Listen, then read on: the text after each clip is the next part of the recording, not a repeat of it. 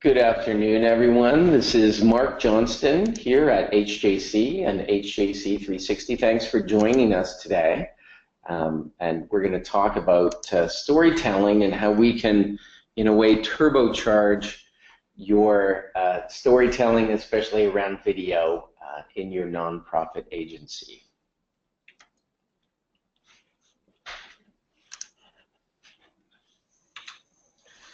So our time together today, I'll tell you a little bit about who I am and how I fit into HJC.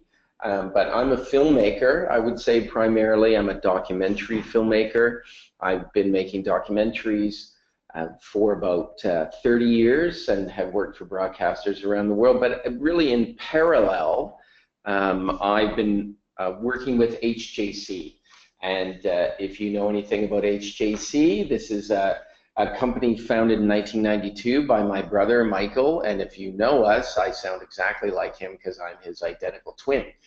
And so in parallel to my work as a documentary filmmaker, I've been bringing that knowledge of how to tell stories about real people or animals or causes within the films that I make that are mostly socio-political in many ways, some environmental. How to bring back what we've learned inside filmmaking into nonprofit video work. So HJC has been, since 1992, really a pioneer in terms of digital fundraising. And so I've been working, helping some of those iconic brands that we work with to make videos that might help explain or communicate their mission and mandate in an effective way. And so our video work over the years has transformed agencies like SOS Children's Villages.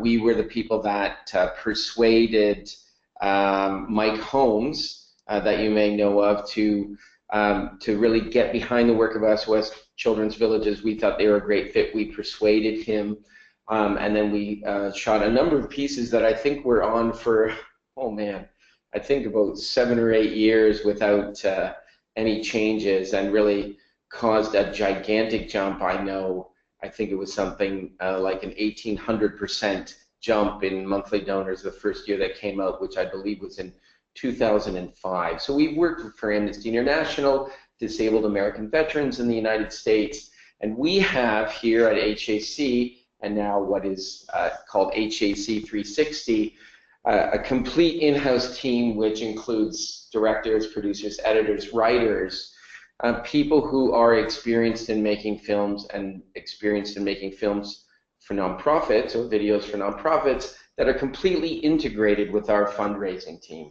And here you get an idea of some of the clients that we've worked with over the years, including Amnesty International, you see here, but also the Ontario SPCA, TV Ontario, which is a large public broadcaster here in Ontario, and various hospitals. It's also a very big American hospital, St. Jude Children's Research Hospital, that we are making a series of videos for at the moment.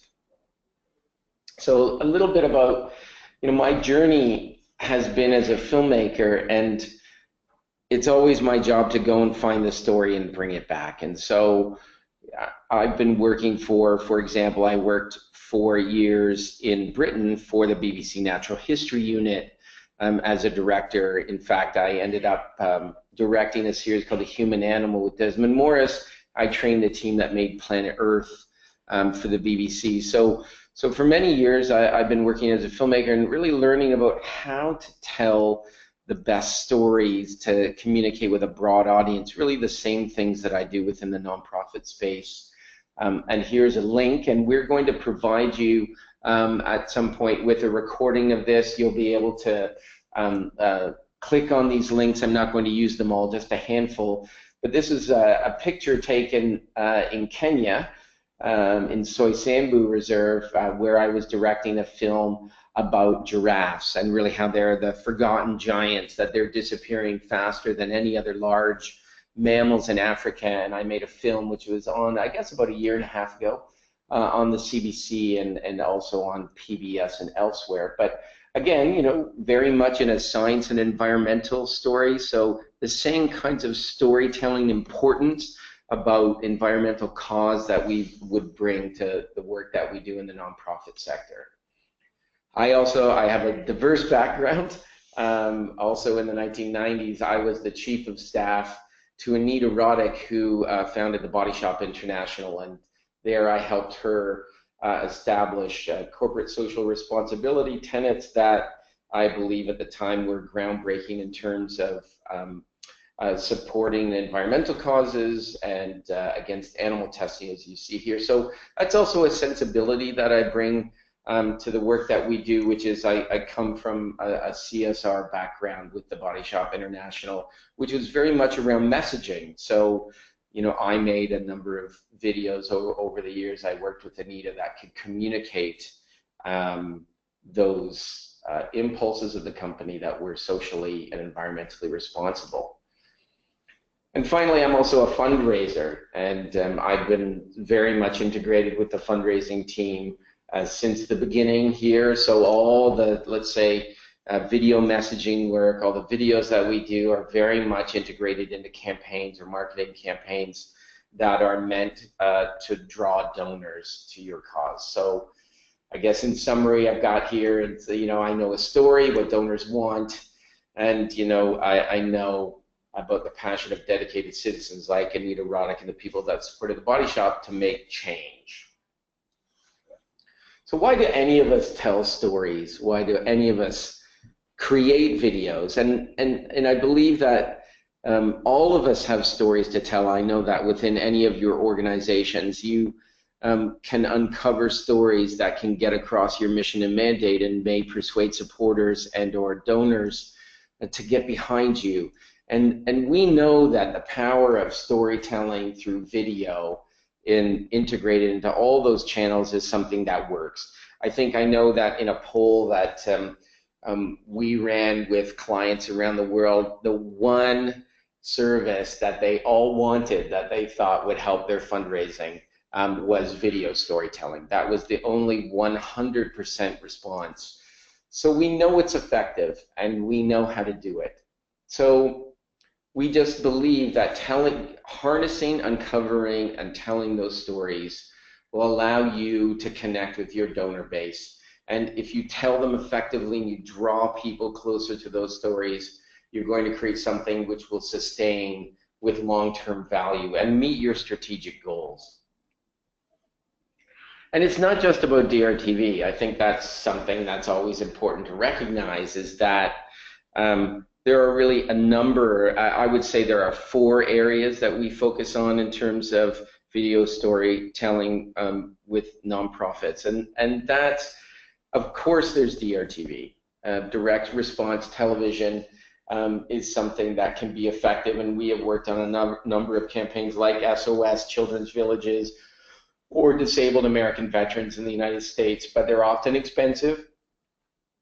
And so these days we're looking with our projects that we create to create more cost-effective online fundraising solutions. They may still have direct asks embedded within them, and we did that work with Amnesty International.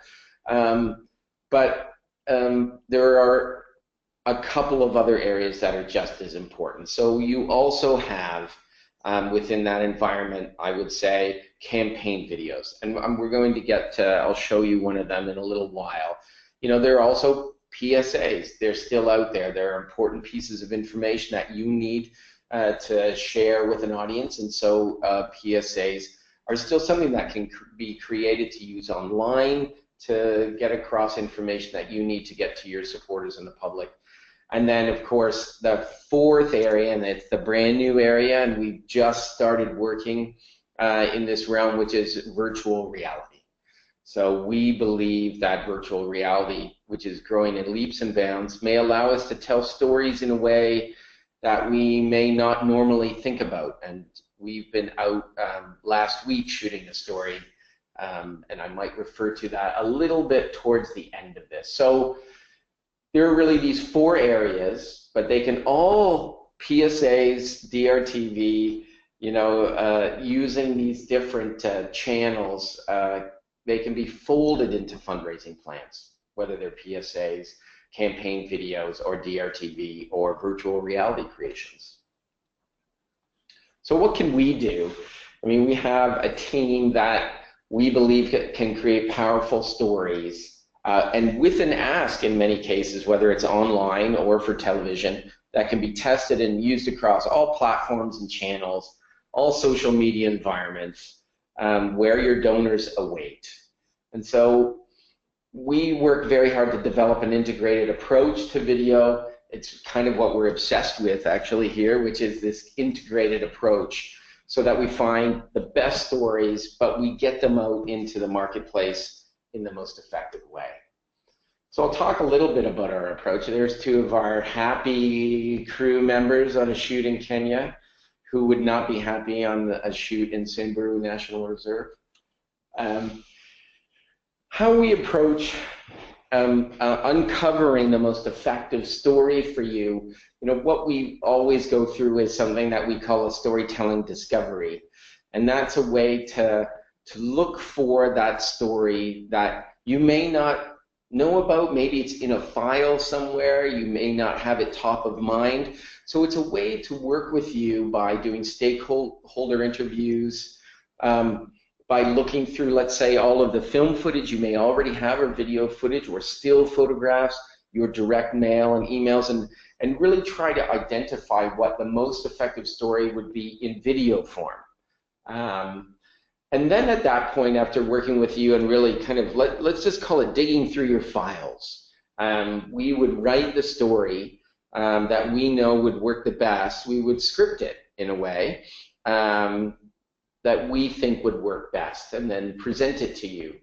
We also often go through an audience identification discovery that comes soon after that, because we want to understand how to get that story, and maybe even do this work where we've identified a couple of stories, but we'll do a constituent survey, a further stakeholder interview, segmentation, data plan, cluster analysis, even a persona development around who the viewers of the videos might be, and then a journey mapping. And this is a completely separate area. I'm not going to go much into it, but it's something we'd be happy to talk to you about how each of those areas might break out in some more detail, so that we can take advantage of the stories that we've uncovered and worked hard to uncover to tell to your audience.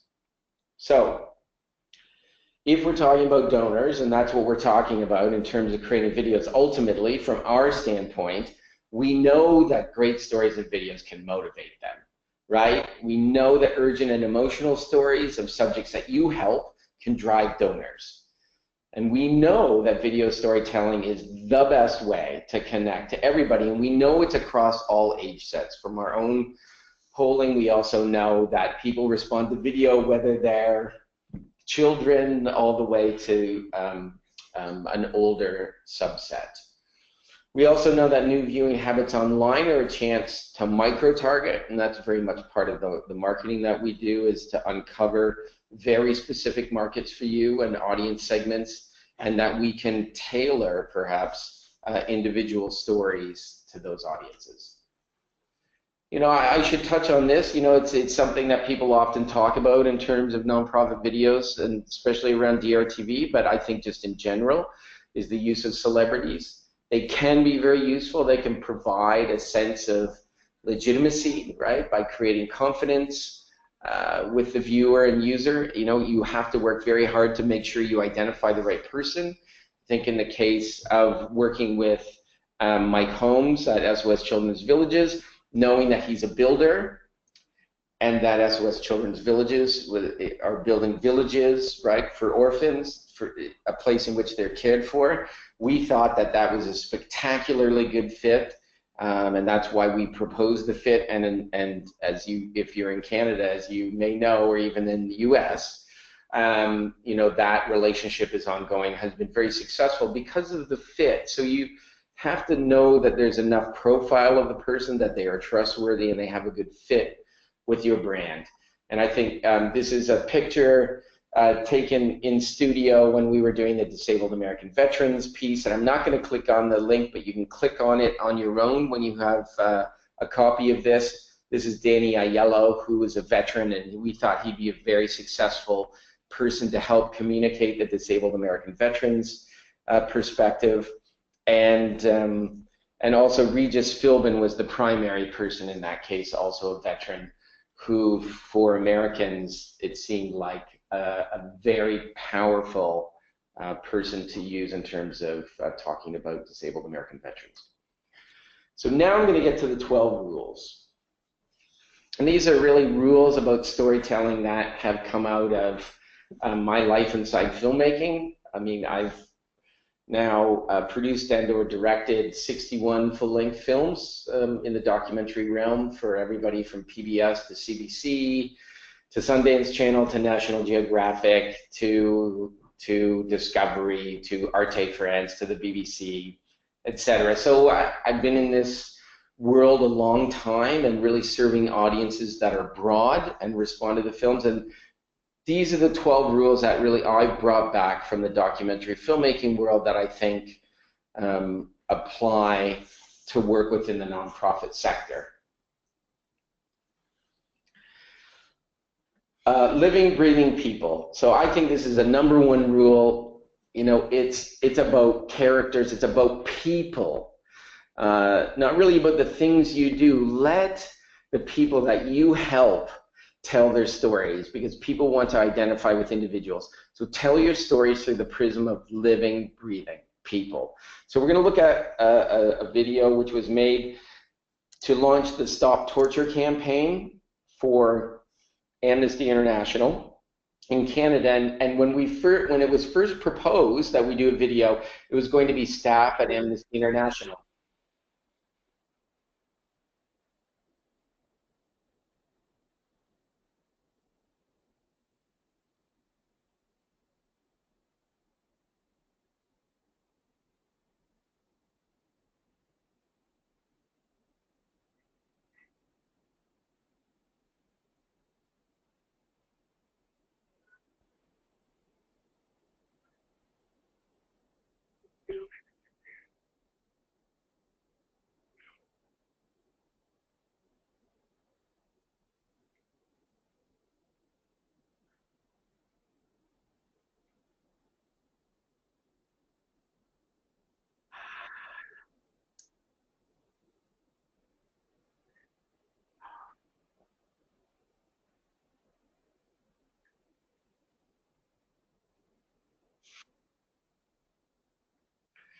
Okay, I understand that there might you might not be able to hear the sound. Therefore, what I'm going to do, since someone's asked that, you'll be able to watch that video when you have a copy of this.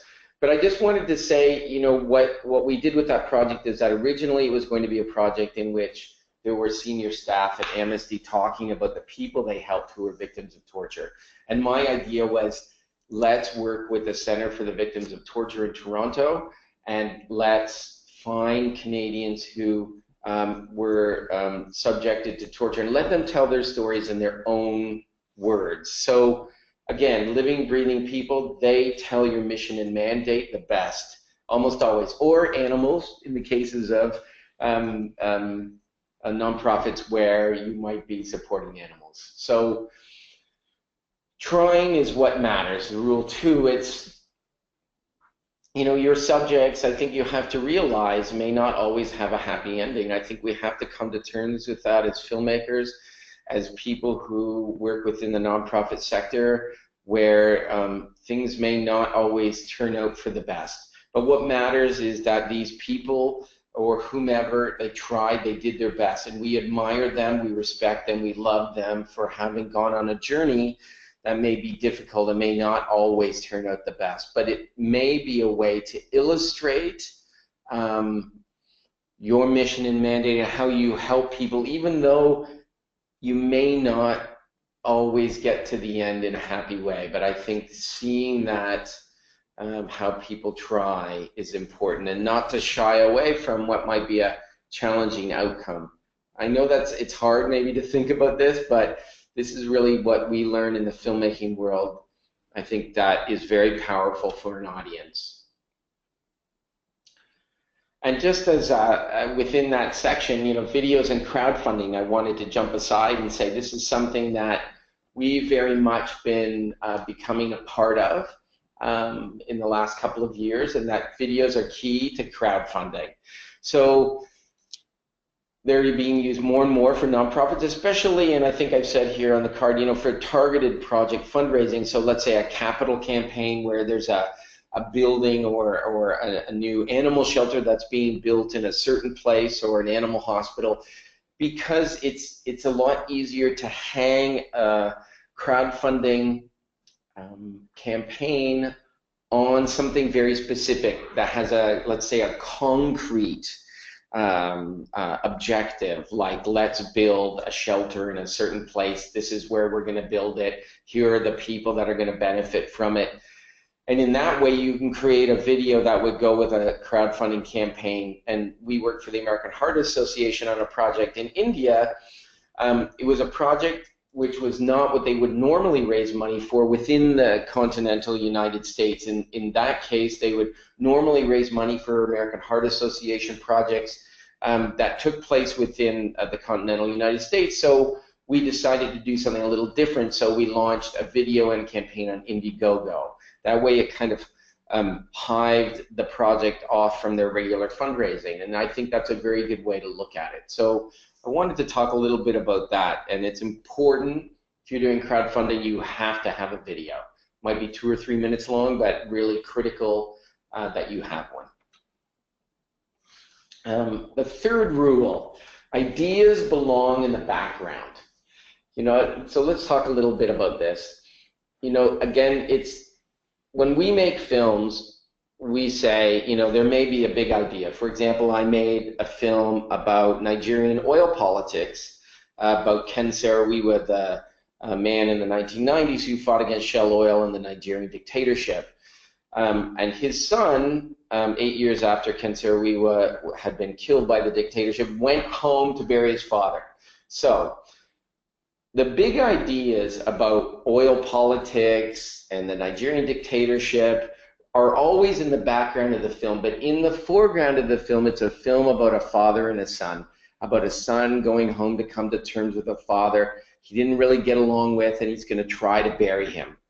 So you see what I'm getting at here is what we learn in the filmmaking world that we apply within the nonprofit sector. I always remember that rule, which is you may have a mission and mandate. You may have a very ambitious mission and mandate, and I think the amnesty piece that I was trying to show you gets at that, which is, the idea that torture needs to stop everywhere and forever is something that we all agree on, and it's a big idea that we need to take action on many levels, politically, fundraising, and otherwise. But in the foreground is the story of 3 victims of political torture in 3 countries.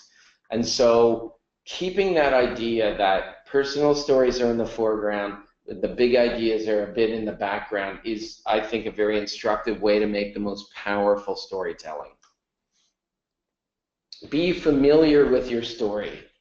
I think this is a simple idea. Know it. So once you've uncovered it, you've got to be able to do what we might call an elevator pitch to someone about what the story is. If you're in a meeting in your marketing and communications department, and someone says, okay, you want to make that video, what is it about? You have to be able to put it together in a way that is as effective as what you see on the screen, which is once upon a time there was, every day blank happened. One day blank came along to help. Because of that, blank happened until finally blank happened and things got better. So being able to encapsulate your entire story within a couple of short sentences means that you know it, you understand it. And so that kind of liberates you to go out and film it and capture it in an effective way. 5, lose the institutional ego. I think this is something we can always keep in mind, and we encounter, we all, you encounter it in meetings, which is, somebody wants to make a video and they want to tell the story of the entire organization, its history, everybody it helps, what it does, how it does it. And again, you have to be very careful and you keep coming back to that, idea that a person's story or an animal story, an experience may be the best way or enough in terms of story. So, I think keeping that rule in mind, like check that institutional ego when you're writing out that story or you're researching that story, I think is very useful. Know where you're going. So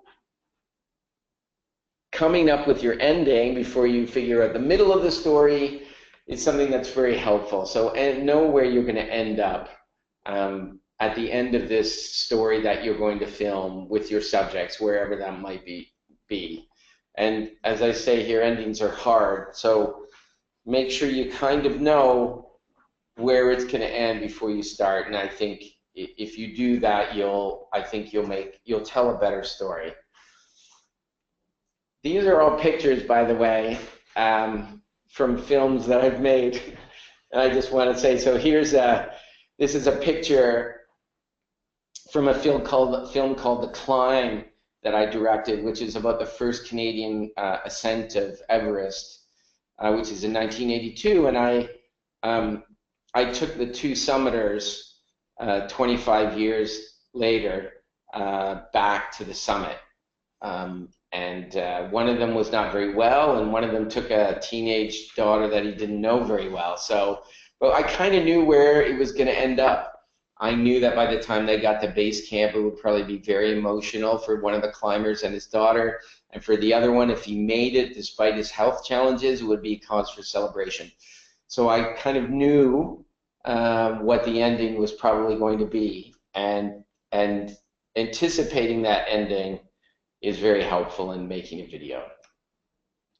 Write a script, so very pragmatic. Putting it on paper always allows you to shape it, fix it. If you just keep it in your head, as I say here, a perfect idea, you can't share it.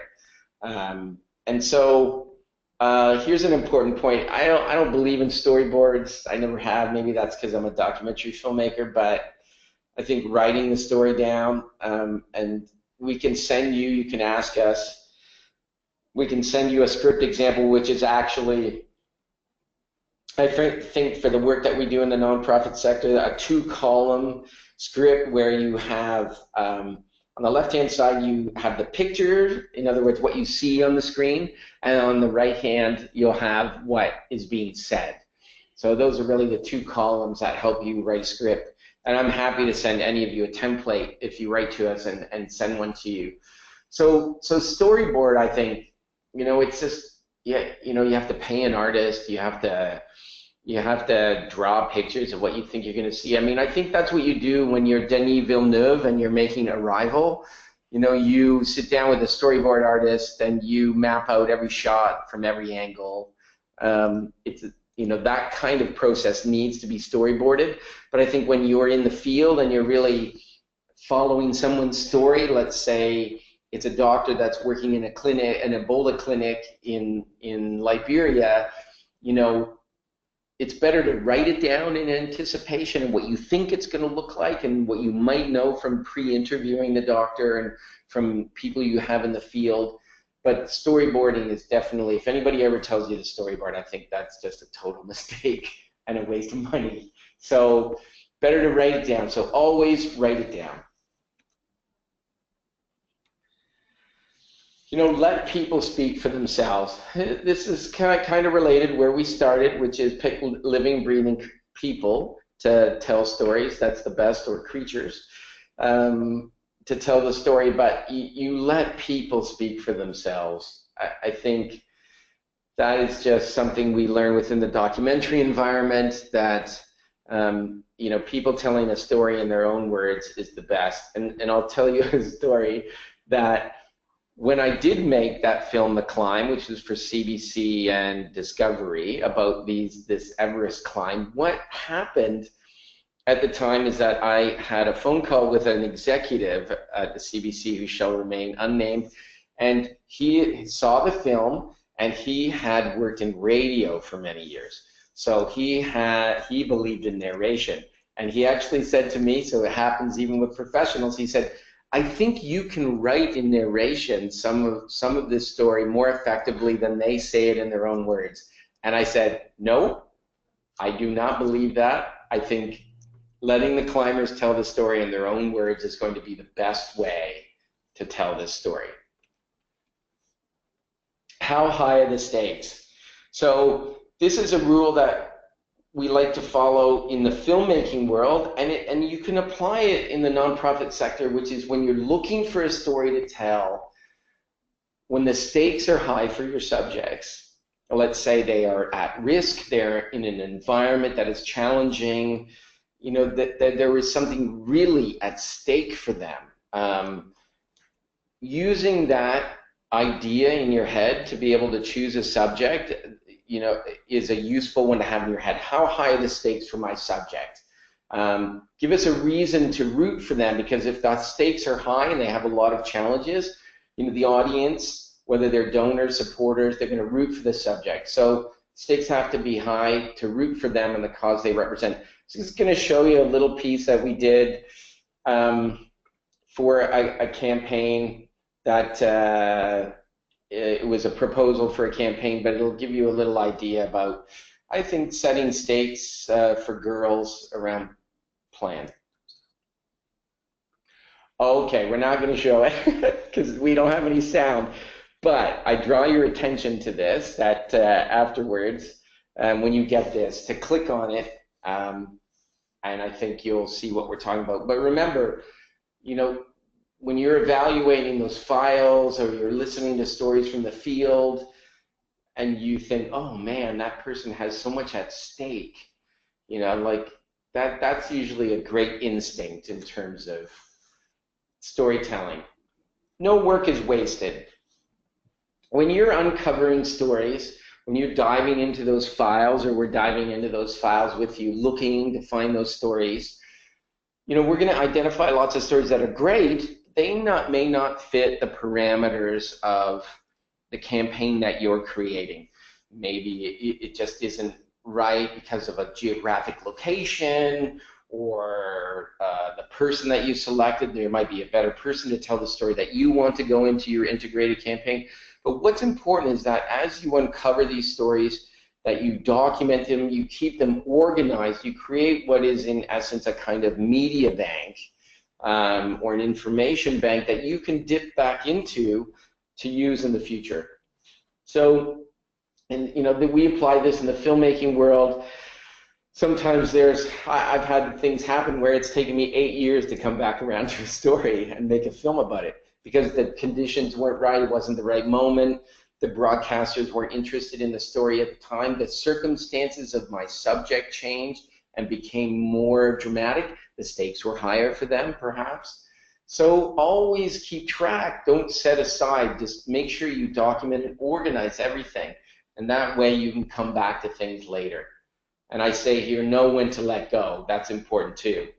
You know, don't keep bashing your head against the wall like, I gotta use this story, I gotta use it. If it doesn't fit for whatever reason, either in terms of your own institutional needs or otherwise, then let it go. It may come back. You know, the essence of the story, we touched a little bit on this before about being able to define it, but you need to encapsulate your story into one statement. Sorry, I used encapsulate twice here, but you need to find a statement that says everything you need to say about both your subjects and the mission of your organization. I mean, I'm just going to give you a filmmaking example. Here is a picture from Giraffes, the Forgotten Giants, the CBC Nature things that I made. And I would say, let's encapsulate the story into one statement. Giraffes, the Forgotten Giants is a film about those forgotten mammals of Africa that are disappearing faster than any other species, who are being saved by a group of biologists in Africa who are trying to uncover aspects of their biology that might create conservation strategies to save them. Something like that. So, you know, just being able to summarize your film in one statement is always a helpful thing, and it shows that you know it. And so 12, Really, one of the cardinal rules of filmmaking, especially documentary filmmaking, which is that you will do anything to protect your subject. And I think for you as nonprofit executives and staffers, of course, this is always top of mind, whether you work in a hospital, whether you work in an animal rights agency, etc. You're always trying to protect them. So we in the documentary world, when we start down the road of making a film, we kind of have an agreement with our subjects, which is you're going to share your story, and we're going to go on a journey together for you to share your story with an audience. But I will do everything in my power to protect you, make you feel secure as we tell this story and as it goes out into the world. So this rule that we follow in the documentary filmmaking world is something that you already follow, but it's worth keeping in mind as you create videos, you know, that kind of inherent trust and respect between you and the people or animals that you're making a video about, that you respect them, you'll protect them. So that kind of mutual respect with your subject is what helps get you the best story, and they open up the most because they know they're safe. I think this is, for me, perhaps just about the most important rule. I'm going to swing back to what we talked about right at the top, which is, you know, we're kind of obsessed with making sure that our stories are told through an integrated multi-channel strategy, right? Where media migrates back and forth between channels, direct mail, phone, YouTube pre-roll, Snapchat, television, cable television, virtual reality, wherever it needs to go. So it's something that I think as you're examining what stories to tell, I think you want to choose stories that can be integrated into these multi-channel strategies. So that might shape how you're choosing some of the stories that you might want to tell. And what's next? Virtual reality. It's something that I think everybody's talking about. You know, the growth within that market is stunning. I think it's not just about having a Samsung Gear VR unit or even Google Cardboard to look at. As we know, Facebook 360 and the YouTube 360 channels are significant. You can just watch it on your phone and spin your phone around, right, and look at things in 360 degrees.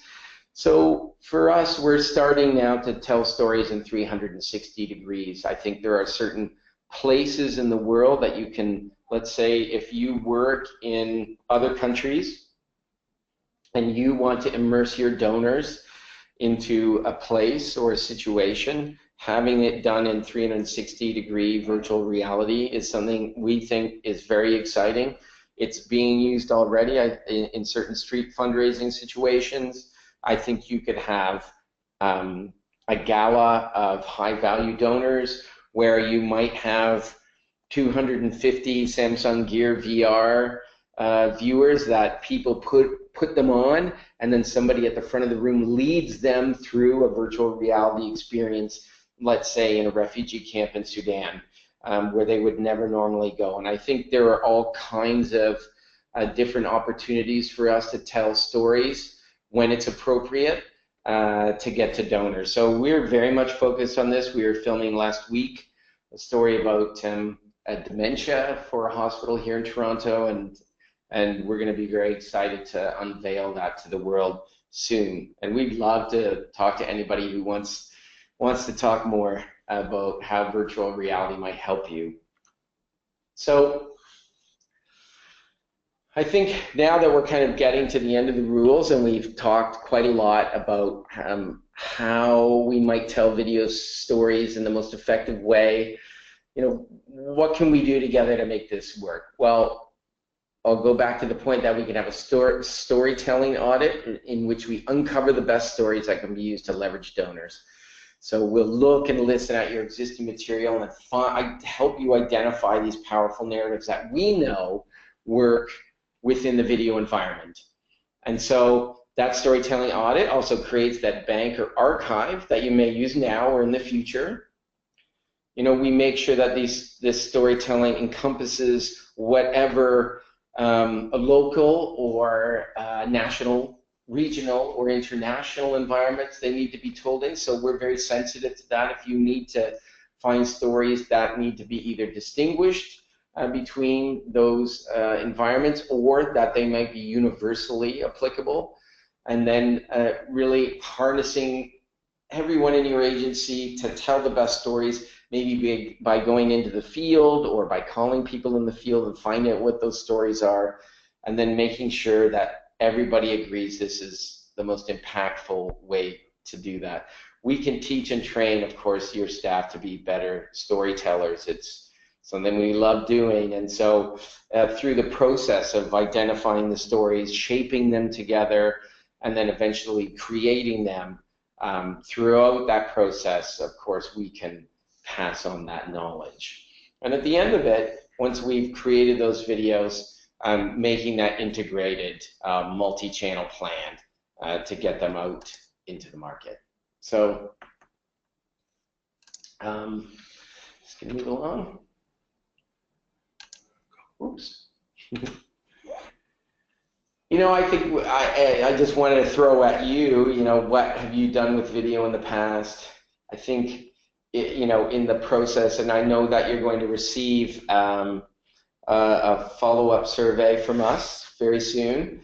And but at the same time, as you're looking at that, I think if you're looking to tell videos, I think sit down and look at what you might already have and what didn't work, what worked, and what you want to do in the future. I think those are very important questions for you if you're entering into a video project in the near future, and we'd love to help you with that. So I think overall, we say let's tell the best stories in all channels and turbocharge your fundraising. A very straightforward intention that we have and that we're kind of obsessed with when we're looking to research and film these stories for you. So, and just a little story. So this is a picture from Sugarloaf in Rio, where I was making a television series, and yeah, we're doing a time-lapse shot over about an hour and a half from Sugarloaf looking into Rio. So just a little bit more identifying these photographs. So I think we're going to wrap up early, because I think if we're not going to show the videos, but we're going to provide them to you, take the time to look at them. Please reach back to us. We're going to reach out to you with the survey, but any and all questions, I am super happy to answer myself. My email is, get your pen, it's Mark, M-A-R-K, .Johnston, Johnston, at hjcnewmedia.com. So that's mark.johnston at hjcnewmedia.com. So reach out directly. I'm super happy to chat about any and all of this, possibilities, tech solutions that might work for you, whatever you'd like. And just as a final reminder here, visit HJC 360. And actually, it's not hjc.360, it's hjc360.ca. That's an error up there. So hjc360.ca is really the little home that we've created for all these video services that give you an idea and have some more links to some of the videos. And there you can sign up on the homepage for a potential storytelling audit. So if you want to give us your information, you're going to go into a pot, and we're going to find somebody who's going to get a storytelling audit from us. So we would love you to take part in that. So listen, thanks so much today for coming to listen. I hope it's been helpful. I'm always super thrilled to share my lifetime in documentary filmmaking and how it has informed the other half of my life, which is making nonprofit videos. So thanks again. And take care, everyone, and I hope to hear from you.